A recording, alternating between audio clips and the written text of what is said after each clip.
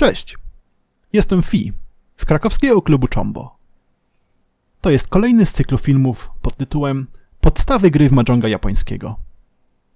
W tym odcinku pokażę, w jaki sposób przebiega pojedyncze rozdanie w rozgrywce Riichi Madziana.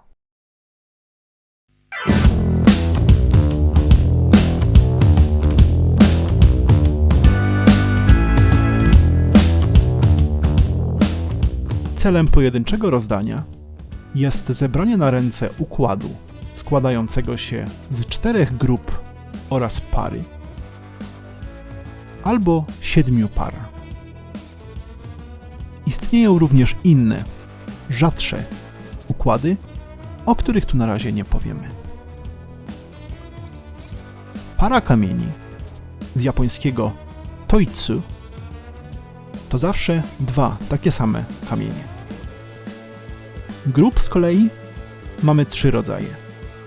Sekwens z 3 kamieni po kolei z japońskiego shuntsu, 3 takie same kamienie z japońskiego koutsu lub 4 takie same kamienie z japońskiego kantsu. Czwórki na ręce muszą być specjalnie oznaczone, by nie można było pomylić ich z pozostałymi kamieniami na ręce. Czwórkom oraz specjalnym zasadom z nim związanym poświęcimy w przyszłości osobny odcinek. Sekwencja musi składać się z 3 kamieni numerycznych po kolei, czyli na przykład 1, 2, 3, 2, 3, 4 i tak dalej, aż do 7, 8, 9.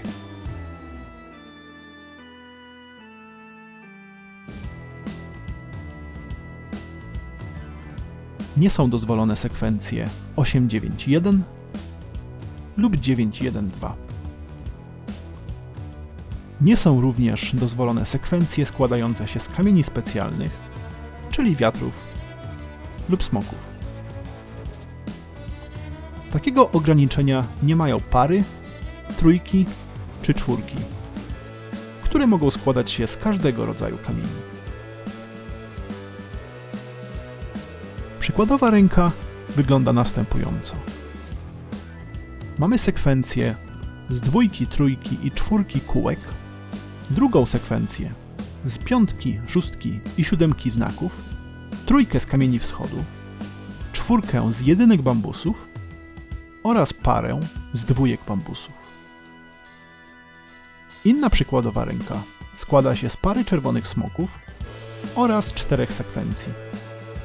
3, 4, 5 znaków, 4, 5, 6 kółek, 2, 3, 4 bambusów oraz 6, 7, 8 bambusów. Jeszcze inna przykładowa ręka składa się z 7 różnych par. 3, 5, 6, 7 znaków, 2 kółek, północy oraz białego smoka. Droga prowadząca do uzyskania wygrywającej ręki prowadzi przez proces wymagający zarówno umiejętności, jak i szczęścia. Każda wygrywająca ręka rozpoczyna się od 13 losowych kamieni. Do tych kamieni, stanowiących naszą początkową rękę, dobieramy kamień. Po czym z tak wzmocnionej ręki odrzucamy kamień. Odrzucany kamień może być dowolny. Może być to ten kamień, który właśnie dobraliśmy, na przykład jeżeli kompletnie nam on nie pasuje, ale może być to też kamień spośród tych, które wcześniej się już na naszej ręce znajdowały. W ten sposób kamień po kamieniu budujemy naszą rękę w stronę zbudowania na niej wygrywającego układu. Prześledźmy to na przykładzie. Rozpoczynamy grę z losowymi 13 kamieniami. Grę warto rozpocząć od posortowania tych kamieni oraz podzielenia ich na grupy, by móc łatwiej ocenić, co się na naszej ręce dzieje. Widzimy, że mamy na ręce trochę znaków, trochę kółek, parę z bambusów, parę ze smoków oraz pojedynczy wiatr. do takiej jeszcze niedokończonej ręki dobieramy 14 kamień.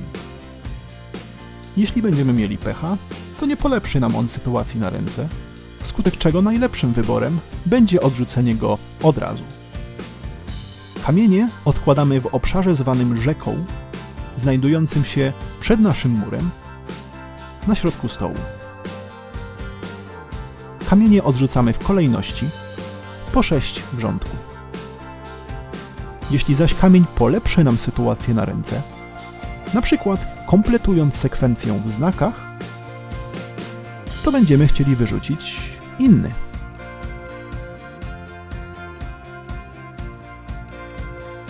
Po dobraniu kolejnego możemy chcieć go od razu wyrzucić. Po dobraniu jeszcze innego możemy stwierdzić, że chcemy odrzucić coś innego.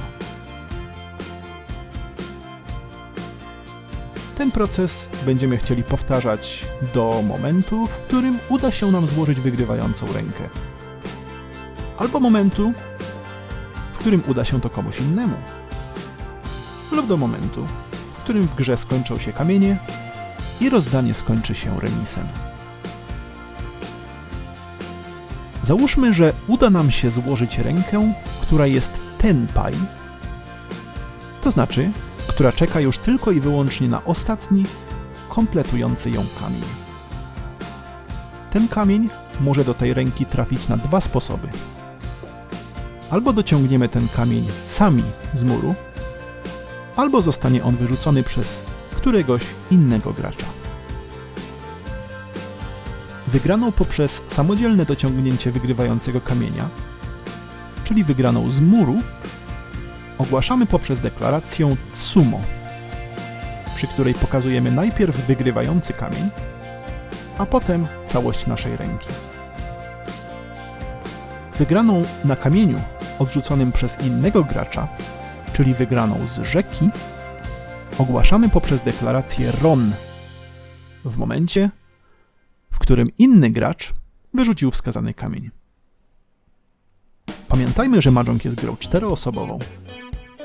To znaczy, że mamy 4 osoby po kolei dobierające i wyrzucające kamienie. Wskutek tego można łatwo wygrać na graczu, który nie zwraca uwagi na odrzucane przez siebie kamienie. To już wszystko, co potrzebujecie wiedzieć, by zacząć przygodę z budowaniem rąk w Mahjongu i by próbować na własną rękę doprowadzać ją do tenpai i w końcu do wygranej. W następnych odcinkach opowiemy, w jaki sposób rękę można składać jeszcze szybciej i skuteczniej, tym razem z drobną pomocą innych graczy. Dzięki i do zobaczenia!